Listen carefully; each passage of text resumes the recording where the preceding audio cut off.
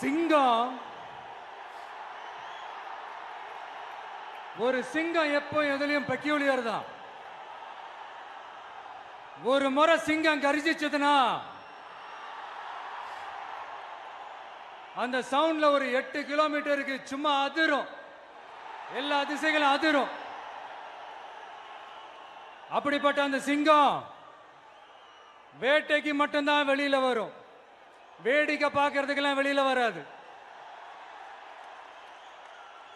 வேட்டையில கூட உயிரோடு இருக்கிற மிருகங்களை தான் வேட்டையாடும். அதுலயும் பெரும்பாலும் தன்னை விட பெரிய சைஸ் உள்ள மிருகங்களை தான் குறி வச்சு தாக்கும், ஜெயிக்கும்.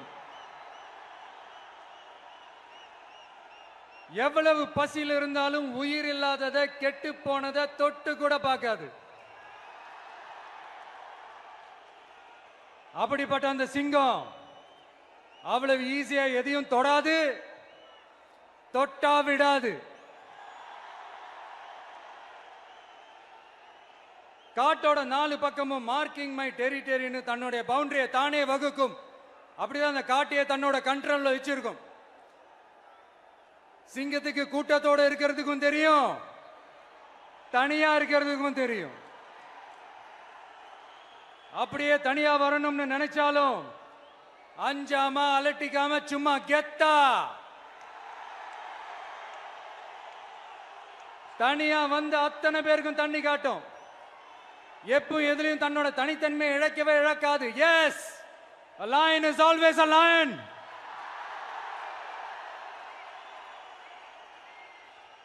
There are so many jackals and other animals in the forest, but there will be only one lion. And even if it is single, it will be the king of jungle. It is not only a description but also a clear declaration. சிங்கத்தை பத்தி பேசிட்டு நம்ம சிங்க குட்டிகளையும் சிங்க பெண்களையும் பத்தி நம்ம பேசாம இருக்க முடியுமா? அவங்கள எப்படி நான் மறப்பேன்? அவங்க தான் என்னுடைய உயிராச்சே. என் நெஞ்சில் குடியிருக்கும்.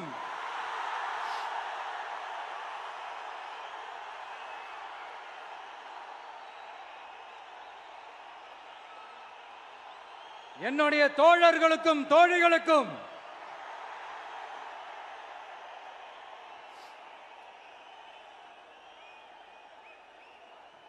நேர்ல வர முடியாத சூழல்ல வீட்ல இருந்துகிட்டே நம்மளோட இந்த மாநாட்டில் நேரலை வாயிலாக கலந்துகிட்டு இருக்கிற என்னுடைய அம்மாக்கள், அக்கா தங்கைகள், அண்ணன் தம்பிகள், நண்பர்கள் அனைவருக்கும் என்னோட உயிர் வணக்கம். என்னோட உயிர் வணக்கம், என்னோட உயிர் வணக்கம்.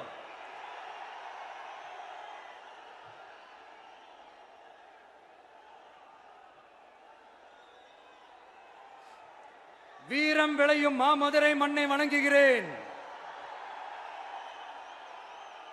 இந்த மதுரைனாலே உடனே ஞாபகத்துக்கு வரது சீறி பாஞ்சி துள்ளி குதிக்கிற யாருக்கும் அடங்காத காளைகள் விளையாடுற அலங்காநல்லூர் ஜல்லிக்கட்டு தான். நம்ம வைகை ஆறுதான் அழகர் ஆத்துல இறங்குற வைபவம். மதுரை மீனாட்சி அம்மன் இந்த மண்ணோட உண்மையான குணம், உணர்வு பூர்வமான மண் இது. அது மட்டும் இல்ல, இந்த மண்ணில் வாழ்ற மக்களும் அப்படித்தான் உணர்வு பூர்வமான ஆளுங்க. நான் இந்த மண்ணில் கால் எடுத்து வச்ச உடனே ஒரே ஒருத்தரை பத்தி தான் மனசுக்குள்ள ஓடிக்கிட்டே இருந்தது. அவர் யாருன்னு உங்களுக்கும் தெரிஞ்சிருக்கும். சினிமானாலும் சரி, அரசியல்னாலும் சரி, நமக்கு ரொம்ப ரொம்ப பிடிச்சது புரட்சி தலைவர் எம்ஜிஆர் அவர்கள் தான். அவரோட பழகிறதுக்கு எனக்கு வாய்ப்பு கிடைக்கல. ஆனா அவரை மாதிரியே குணம் கொண்ட என்னுடைய அண்ணன் புரட்சி கலைஞர் கேப்டன் விஜயகாந்த் அவர்களோட பழகிறதுக்கு எனக்கு நிறையவே வாய்ப்பு கிடைச்சது. அவரும் இந்த மதுரை மண்ணை சேர்ந்தவர் தானே, அவரை மறக்க முடியுமா? தமிழ்நாட்டு மக்கள் உணர்வுபூர்வமா உண்மையா நம்ம பக்கத்திலே நிக்கிறவங்க, அதுக்கு ஒரு மிகப்பெரிய அடையாளம் தான் இந்த மதுரை மண். நம்ம தமிழக வெற்றி கழகம் கையில் எடுத்திருக்கிற அரசியலும் அப்படித்தான். உண்மையான அரசியல், உணர்வு பூர்வமான அரசியல், நல்ல அரசியல், நல்லவங்களுக்கான அரசியல், நாட்டு மக்களுக்கான அரசியல், நல்லது மட்டுமே செய்கிற அரசியல்.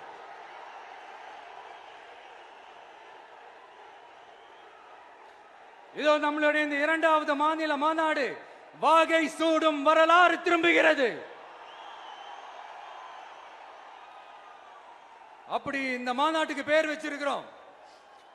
1967லயும் 1977லயும் நம்ம தமிழக அரசியல் ஒரு மிகப்பெரிய ஆட்சி அதிகார மாற்றங்கள் ஒண்ணு நடந்துச்சு இல்லையா?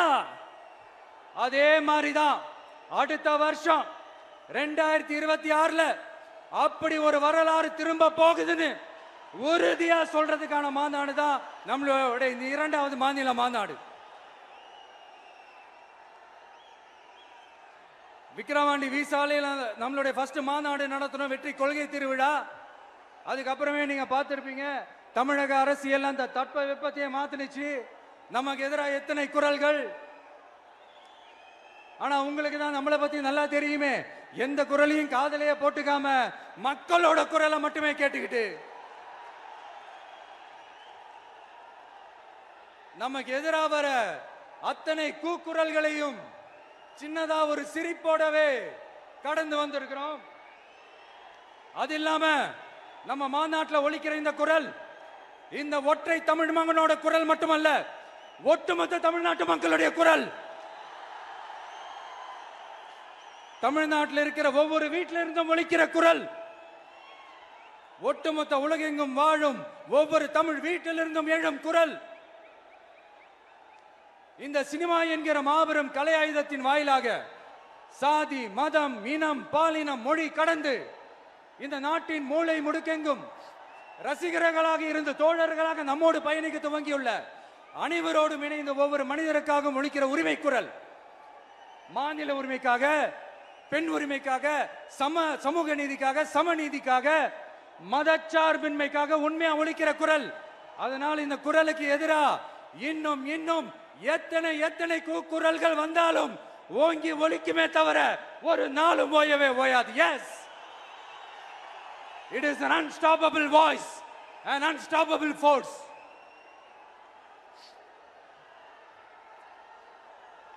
நம்ம அரசியலுக்கு வர்றதுக்கு முன்னாடி அட இவரெல்லாம் வரமாட்டாரியா, அவரே வரல, இவரே வரல, இவருங்க வர போறாரு அப்படின்ட்டு நிறைய பேர் ஜோஷியம் சொன்னாங்க. அப்புறம் நம்ம கட்சியினுடைய பேர் அறிவிச்சதுக்கு அப்புறம் பேரு தானே அறிவிச்சிருக்கிறாரு, மக்கள் கிட்ட பேர் வாங்கணும்ல, அதெல்லாம் முடியாதுன்னாங்க. அப்புறம் ரொம்ப முக்கியமா மாநாடுலாம் எவ்வளவு பெரிய விஷயம், அதெல்லாம் இவர் ஒத்தால எப்படி பண்ண முடியும், சும்மா பக்கத்தில் புசியானதை வச்சுக்கிட்டு மாநாடுல எப்படி நடத்தி காட்ட முடியும், அதெல்லாம் அவங்களால முடியாது. அப்புறம் மழை பெஞ்சு எல்லாத்தையும் எடுத்துரும், ஏன் என் கூட இருக்கிறவங்களே கூட தான் சொன்னாங்க. அதுக்கப்புறம் என்ன நடந்துச்சுன்னு உங்க எல்லாருக்குமே தெரியும். இப்ப புதுசா ஒண்ணு சொல்ல ஆரம்பிச்சிருக்கிறாங்க. அது என்னடானா, ஆட்சியை பிடிக்கிறதெல்லாம் அவ்வளவு ஈஸி இல்லை இல்லையா. இப்ப அதெல்லாம் விட்டாங்க, இப்ப இங்க வந்துட்டாங்க. இவர் நேரா ஷூட்டிங்ல இருந்து வருவாராம், வந்து ஆட்சியை பிடிப்பாராம். அது எப்படி இவராலே முடியும், அவராலே முடியல, இவராலே முடியல, அவருக்கு அத்தனை வருஷம் ஆச்சு, இவராலே எப்படி முடியும்ட்டு ஒரு பக்கம். இன்னொரு பக்கம் கூட்டம்லாம் ஓகே தான், அது எப்படி ஓட்டா மாறும் அப்படின்றது இன்னொரு பக்கம். இப்படி கதை, திரைக்கதை, வசனம், இயக்கம், பாடல்கள்,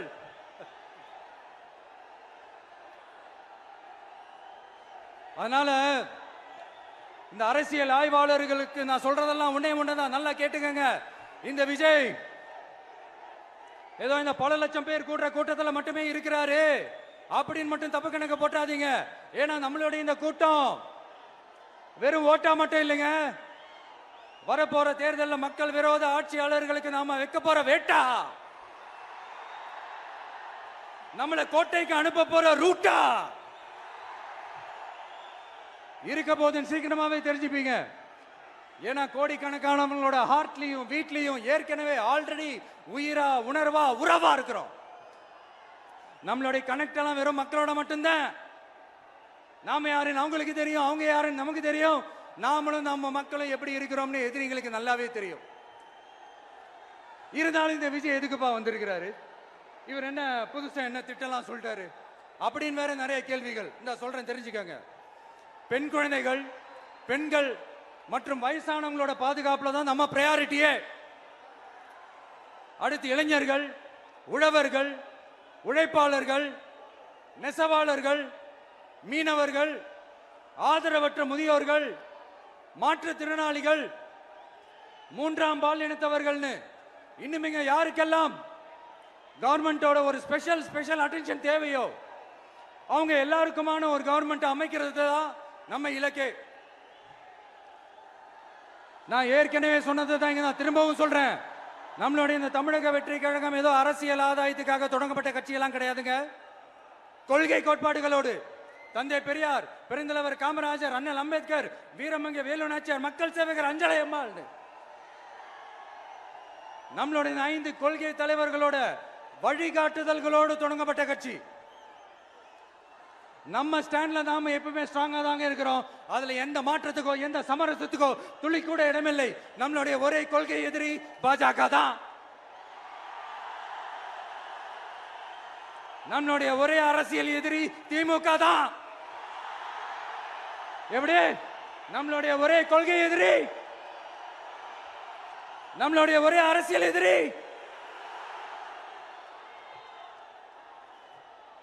ஏதோ இந்த அண்டர் கிரவுண்ட் ஆதாயத்துக்காக டீல் போட்டுக்கிட்டு டீல் பேசிக்கிட்டு இந்த அலையன்ஸ் வச்சுக்கிட்டு இந்த ஊரை ஏமாத்துற கட்சி எல்லாம் நம்ம டிவிக்கே கிடையாதுங்க.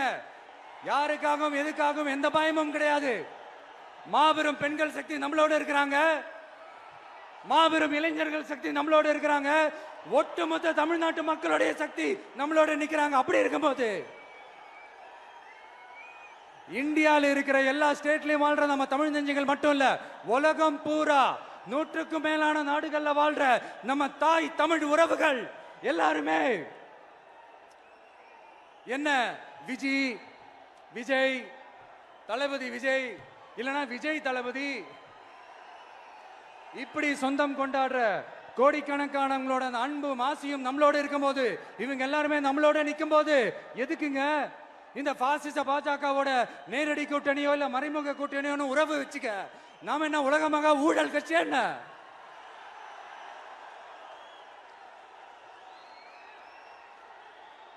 நம்மளை பத்தி சின்னதா ஒரு உண்மை ஒண்ணு சொல்லலாமா?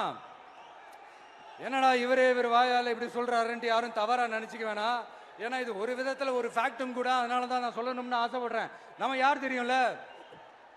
நாம எல்லாருமே சொல்றேன். நாம யார் தெரியும்ல? இந்தியாவின் மாபெரும் மக்கள் சக்தி கொண்ட ஒரு மகத்தான வெகுஜன மக்கள் படை.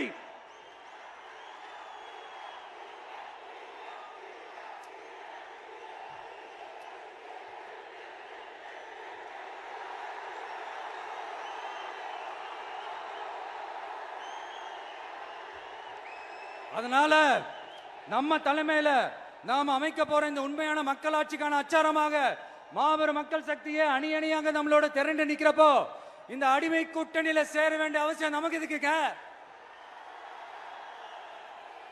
நம்மளுடைய இந்த கூட்டணி சுயம் இழந்த கூட்டணியெல்லாம் இருக்காது, சுய மரியாதை கூட்டணியா தான் இருக்கும். இந்த ஒரு பக்கம் RSS கிட்ட அடிபணிஞ்சுக்கிட்டு, இன்னொரு பக்கம் மதச்சார்பற்ற கூட்டணின்னு இந்த மக்களை ஏமாத்துற கூட்டணியெல்லாம் நம்ம கூட்டணி இருக்காது.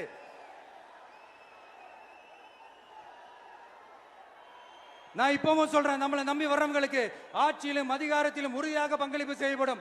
உடனே இந்த கேள்விகள்லாம் வரும். அப்ப யாரு கூட்டணி, யாரு வரா, யாரு போறா, இந்த கேள்விகள்லாம் வரும். இந்த கேள்விகளுக்கெல்லாம் ஒரே ஒரு பதில் தான், சஸ்பென்ஸ்ல சஞ்சாரம் செய்யுங்க. ஆனா ஒண்ணு, 2026ல 2 பேருக்கு நடுவுல தான் போட்டியே.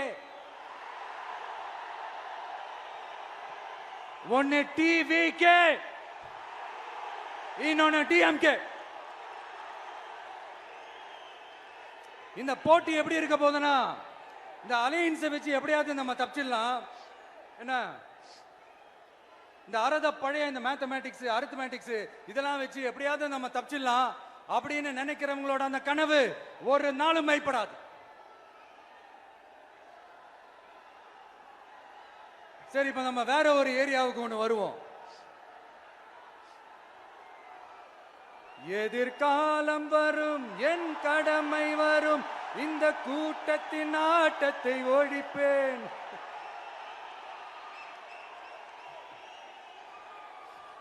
மக்கள் அரசியல் என்ற அந்த சவுக்க கையில் எடுக்கலாமா? யாருக்கு எதிரான தானே கேட்கிறீங்க? வேற யாரு? மறைமுக உறவுக்காரர்களான பாசிச பாஜகவும் பாய்சன் திமுகவும் தான். மாண்புமிகு பிரதமர் நரேந்திர மோடிஜி அவர்களே, 3வது முறையா ஒன்றியத்தோட ஆட்சி அதிகாரத்தை நீங்க தானே கையில் வச்சிருக்கிறீங்க. இல்ல நாங்க தெரியாம தான் கேட்கிறோம்.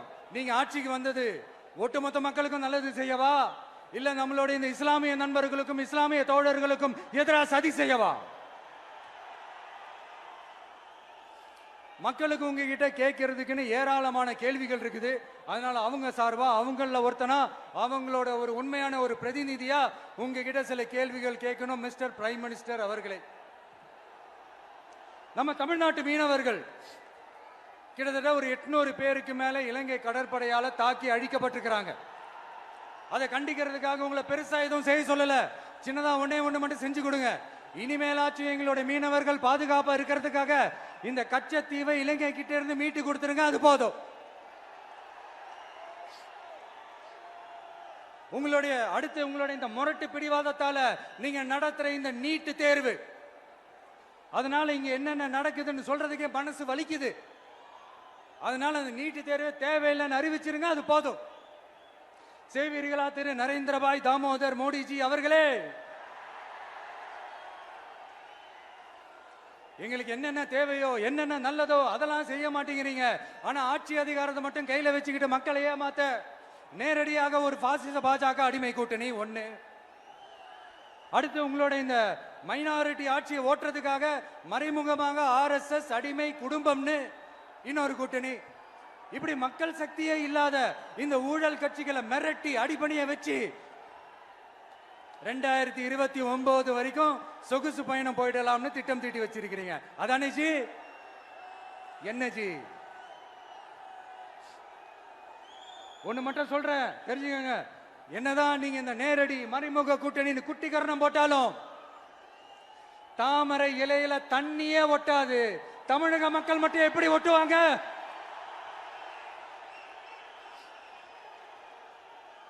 இங்க ஒரு MP சீட்டு கூட தரலன்றதுக்காக தமிழ்நாட்டுக்கும் தமிழ்நாட்டு மக்களுக்கும் எதுவுமே செய்யாம ஓரவஞ்சனை செய்யுது இந்த ஒன்றிய பாஜக அரசு. சங்கம் வச்சு தமிழ் வளர்த்த மண் இந்த மதுரை மண். அதனால இங்க அந்த கீழடியில கிடைச்ச ஆதாரங்களை எல்லாம் மறைச்சிட்டு எங்க நாகரிகத்தையும் எங்க வரலாறையும் அழிக்கிறதுக்காக உள்ளடி வேலை செய்யலாம்னு நினைக்கிறீங்க. தமிழ்நாட்டை தொட்ட என்ன நடக்கும் நீங்க பல உதாரணங்கள் இருக்குது. அதனால இதையெல்லாம் மறைச்சிட்டு எங்க மக்களை ஏமாத்திடலாம்னு மட்டும் நினைக்காதீங்க. மத நல்லிணக்கத்திற்கு பெயர் பெற்ற இந்த மதுரை மண்ணிலிருந்து சொல்றேன், உங்க எண்ணம் எல்லாம் ஒரு நாளும் ஈடேறாது.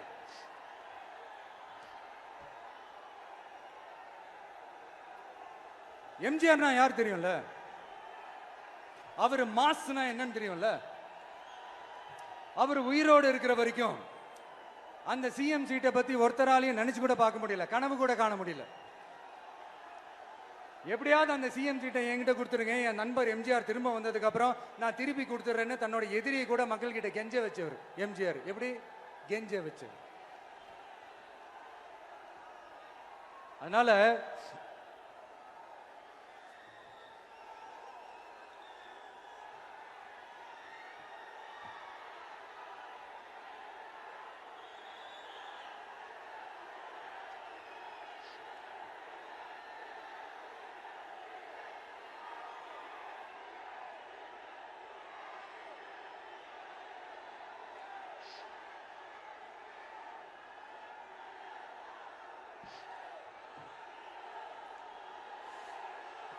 ஆனா இப்போ அவர் ஆரம்பிச்ச அந்த கட்சியை, எம்ஜிஆர் அவர்கள் ஆரம்பிச்ச அந்த கட்சியை கட்டி காக்கிறது யாரு? இன்னைக்கு அந்த கட்சி எப்படி இருக்குது அதை நான் சொல்லிதான் உங்களுக்கு தெரியணுமா என்ன? அப்பாவி தொண்டர்கள் அதை வெளியில சொல்ல முடியாம வேதனையில தவிக்கிறாங்க. 2026 சட்டமன்ற தேர்தலில் யாருக்கு ஓட்டு போடணும், எப்படிப்பட்ட ஆட்சி இங்க அமையணும்னு அந்த அப்பழுக்கற்ற அந்த தொண்டர்களுக்கும் ரொம்ப நல்லாவே தெரியும். அதனால என்ன வேஷம் போட்டுக்கிட்டு பாஜக இங்க தமிழ்நாட்டுக்குள்ள வந்தாலும் அவங்க வித்தை எல்லாம் இங்க வேலைக்கே ஆகாது. இப்படி பொருந்தா கூட்டணியா இந்த பாஜக கூட்டணி இருக்கிறதுனால இப்ப ஆட்சியில இருக்கிற இந்த வெற்றி விளம்பர மாடல் திமுக என்ன செய்யுதுன்னு தெரியும்ல? பாஜகவோட உள்ளுக்குள்ள ஒரு உறவை ஒண்ணு வச்சுக்கிட்டு வெளியில எதிர்க்கிற மாதிரி, அப்படி எதிர்க்கிற மாதிரி ஒரு டிராமா ஒண்ணு பண்ணிக்கிட்டு எதிர்கட்சியா இருந்தா போங்க மோடின்னு பலூன் விடுறது, ஆளுங்கட்சியா இருந்தா வாங்க மோடின்னு கொடை பிடிச்சுக்கிட்டு கும்பிடு போடுறது. இது மட்டுமா? ஒரு ரைடுன்னு ஒன்று வந்துட்டா போதும், இது வரைக்கும் போகவே போகாத ஒரு மீட்டிங், அதை காரணம் காட்டி டெல்லிக்கு போறது, அங்க ஒரு சீக்கிரட் மீட்டிங் நடத்துறது. நல்லா நோட் பண்ணணும் மக்களே, அந்த மீட்டிங் அப்புறம் இந்த இஷ்யூ அப்படியே காணாம போயிருக்குமே. அதேதான் Stalin uncle, what uncle is very wrong uncle.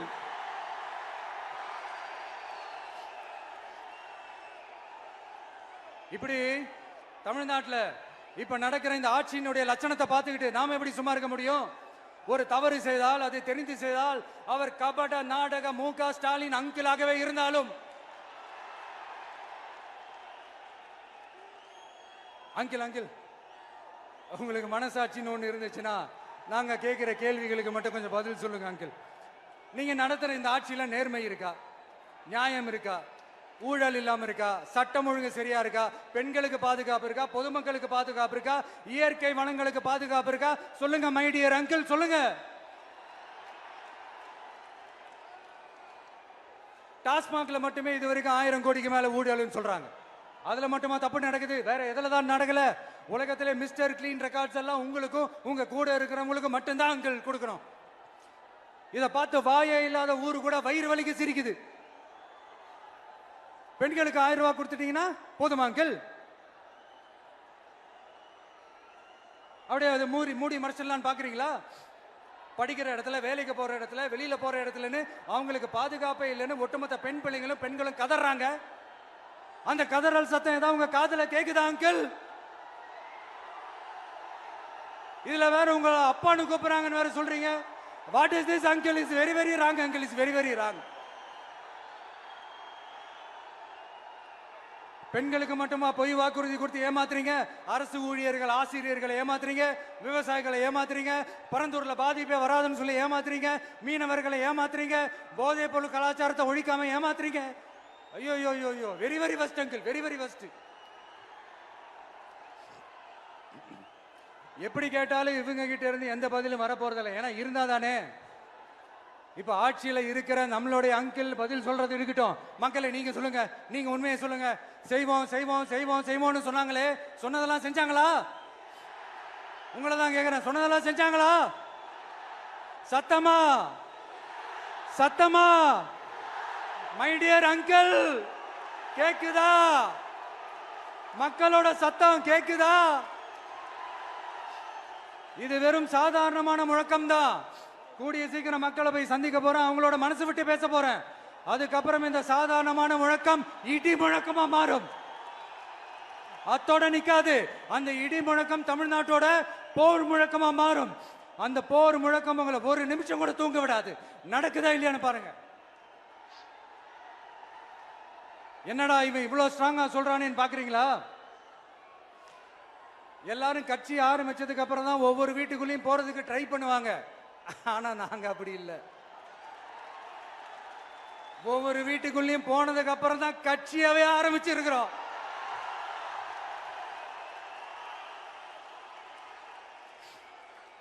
அதனால ஒட்டுமொத்தமா எல்லாருமா சேர்ந்து இந்த திமுக ஆட்சிய, கபட நாடக திமுக ஆட்சிய 2026 தேர்தலில் வீட்டுக்கு அனுப்புறோம்.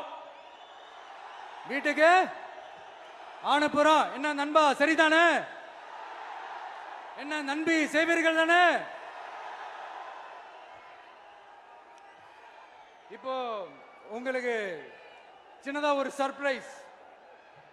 நம்ம கட்சியினுடைய வேட்பாளர் பட்டியலை இப்ப நான் அறிவிக்க போறேன். மதுரை கிழக்கு வேட்பாளர்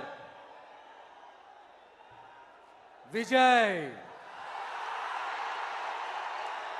இன்னும் முடிக்கல. ஒரு நிமிஷம், இன்னும் முடிக்கல. மதுரை மேற்கு வேட்பாளர் விஜய். மதுரை மத்தி வேட்பாளர் விஜய். மதுரை தெற்கு வேட்பாளர் விஜய். மதுரை வடக்கு வேட்பாளர் விஜய். மேலூர் விஜய். சோழவந்தான் விஜய். திருப்பரங்குன்றம் விஜய். திருமங்கலம் விஜய். உசிலம்பட்டி விஜய்.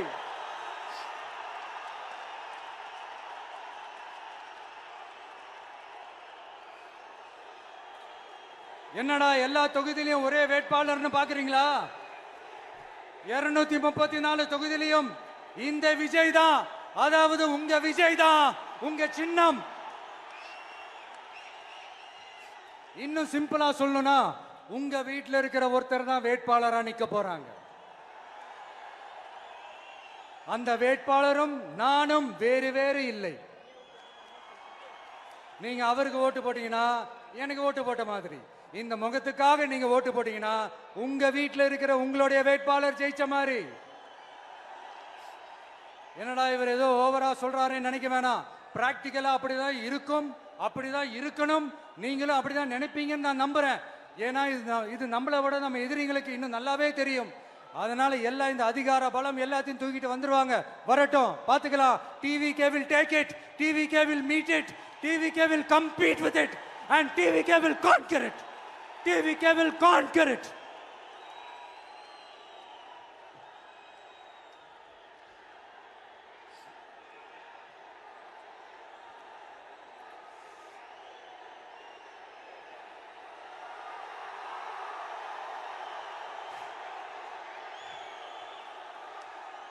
இந்த நேரத்தில் நம்ம மனசுல இருக்கிறத மக்கள் கிட்ட சொல்லி ஆகணும். தூத்துக்குடி ஸ்னோலினோட அம்மா என்ன அவங்களோட தம்பி, இன்னும் அவங்க பொண்ணுக்கு நான் தாய் மாமன்னு சொன்னாங்க. அந்த அக்காவோட குழந்தைக்கு மட்டும் இல்லைங்க, என்ன அண்ணனா தம்பியா நினைக்கிற தமிழ்நாட்டில் இருக்கிற என்னோட எல்லா சகோதரிகளின் குழந்தைகளுக்கும் நான் இன்னைக்கு மட்டும் இல்ல, என்னைக்குமே ஒரு தாய் மாமனா தான் இருப்பேன். நீங்க எல்லாரும் என்னுடைய ரத்த உறவு, கூட பிறந்த பொறுப்பு. என் வீட்டு ரேஷன் கார்டுல வேணா உங்க பேர் இல்லாம இருக்கலாம், உங்க வீட்டு ரேஷன் கார்டுல வேணா என் பேர் இல்லாம இருக்கலாம். ஆனா நாம எல்லாரும் ஒண்ணுதான், உறவுதான். நமக்கு இடையே எந்த அரசியலும் உள்ள நுழையவே முடியாது. என்கிட்ட இருந்து உங்களையும் உங்ககிட்ட இருந்து என்னையும் எந்த சக்தியாலும் பிரிக்கவே முடியாது. அப்புறம் நான் ஒன்னும் இந்த மார்க்கெட் போனதுக்கு அப்புறம், ரிட்டையர் ஆனதுக்கு அப்புறம் அடைக்கலம் தேடி அரசியலுக்கு வரல, படைக்கலனோட வந்திருக்கிறோம். பவர்ஃபுல் போர்ஸோட, மாபெரும் படை வரிசையோட, எல்லாத்துக்கும் தயாராகி தான் வந்திருக்கிறோம். இவ்வளவு தயாரா நாம அரசியலுக்கு வர்றதுக்கு ரொம்ப ரொம்ப முக்கிய காரணம் ஒண்ணு இருக்கு. அது என்ன தெரியுமா? நன்றி கடன், நன்றி கடன், நன்றி கடன். கிட்டத்தட்ட ஒரு 30 வருஷமா, 30 வருஷத்துக்கு மேல நீங்க தான், நம்ம மக்கள் தான் என் கூட நிக்கிறீங்க, எனக்காக நிக்கிறீங்க, என்னை தாங்கி பிடிக்கிறீங்க, மனசுல ஏந்தி பிடிக்கிறீங்க, தாய் அன்போட மடியில ஏந்திக்கிறீங்க. உண்மையை சொல்லணும்னா வேற யாரை விடவும் எனக்கு இந்த அன்பையும் ஆதரவையும் கொடுத்திருக்கிறீங்க. என் மேல உயிரையே வச்சிருக்கிறீங்க. என்ன உங்க வீட்டுல ஒருத்தனாவே ஆக்கிட்டீங்க. நீங்க எனக்கு கடவுள் கொடுத்த வரம்.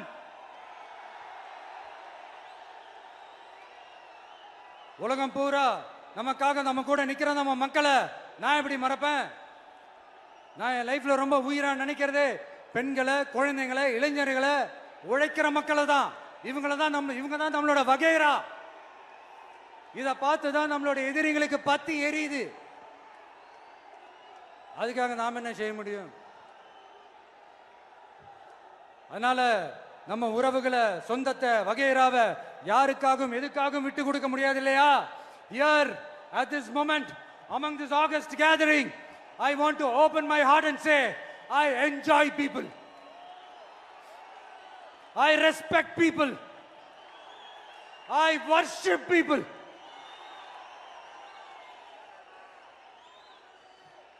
சரிப்பா, இவ்வளவு செஞ்ச நம்ம மக்களுக்கு நன்றி கடனா உன்னால முழுமையா செலுத்த முடியுமான்னு கேட்டா சத்தியமா சொல்றேன், என்னால முடியாதுதான்.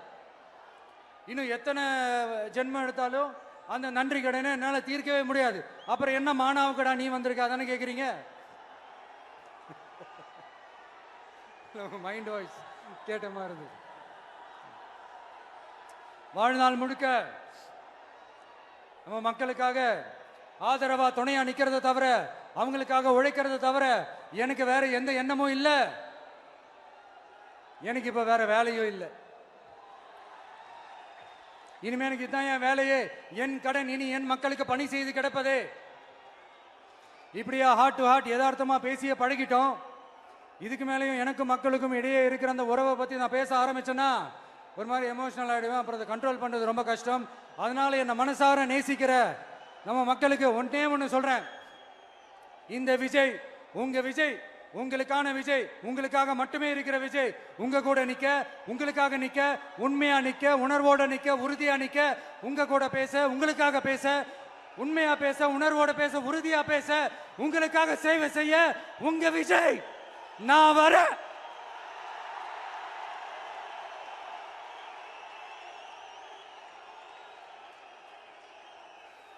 சொல்லல முக்கியம், செயல் செயல் செயல் தான் முக்கியம். செய்க தான் சும்மா சிறப்பா இருக்கணும். நான் ஆட்சிக்கு வந்தேன்னா சும்மா அது செய்வேன், இது செய்வேன், நல்லது செய்வேன், உருட்டுவேன், புரட்டுவேன், அதெல்லாம் கிடையாது. செய்யறதுக்கு நல்லது, செய்யறதுக்கு நல்லது, செய்யறதுக்கு மட்டும்தான் இந்த விஜய். அப்புறம் ஒரு அரசியல் தலைவன் அவன் சினிமாக்காரனா, நல்லவனா, கெட்டவனா, இதெல்லாம் தாண்டி அவன் உண்மையானவனா, அதுதான் ரொம்ப ரொம்ப முக்கியம். இது சம்பந்தமா ஒரு குட்டி கதை ஒன்று சொல்றேன். ஒரு நாட்டில் ஒரு ராஜா தனக்கு பக்கபலமா இருக்கிறதுக்காக, கூட துணையா இருக்கிறதுக்காக ஒரு தளபதியை தேடுறாரு. சரியான தகுதிகளோட ஒரு 10 பேர் செலக்ட் ஆகுறாங்க. ஆனா அதுல ஒருத்தர் மட்டும் தான் செலக்ட் பண்ணணும். அதனால அந்த ராஜா என்ன பண்றாருன்னா ஒரு டெஸ்ட் வைக்கிறாரு.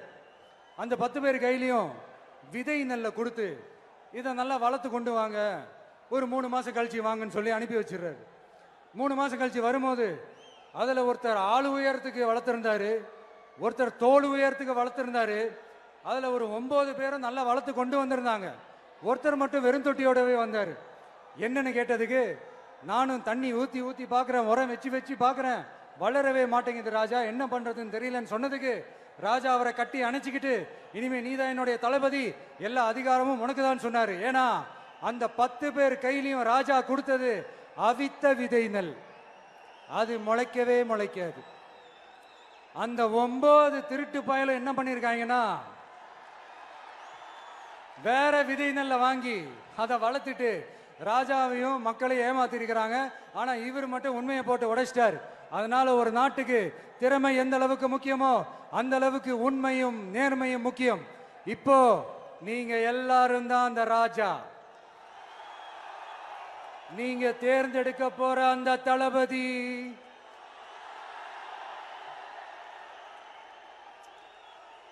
சும்மா சினிமாக்காரன் சினிமாக்காரன் சினிமாக்காரன். அம்பேத்கர் அவர்களை தோக்கடிச்சது சினிமாக்காரன் இல்ல, அரசியல்வாதி. காமராஜர் அவர்களை தோக்கடிச்சது, இங்க விருதுநகர் பகுதியில் தோக்கடிச்சது சினிமாக்காரன் இல்ல, இன்னொரு அரசியல்வாதி. இன்னைக்கும் நம்ம கூட வாழ்ந்துட்டு இருக்கிற நல்ல கண்ணு ஐயாவை தோக்கடிச்சது சினிமாக்காரன் இல்ல, அரசியல்வாதி. இப்படிப்பட்ட நல்ல நல்ல தலைவர்களை எதிர்த்து நின்று தோக்கடிக்கணும்னு அந்த எண்ணத்தை உருவாக்குனது சினிமாக்காரன் இல்ல, அரசியல்வாதி. அதனால எல்லா அரசியல்வாதியும் அறிவாளியும் கிடையாது, எல்லா சினிமாக்காரனும் முட்டாளும் கிடையாது. கான்பிடண்டா இருங்க, நல்லதே நடக்கும், வெற்றி நிச்சயம். மீண்டும் சந்திக்கும் வரை நன்றி, வணக்கம்.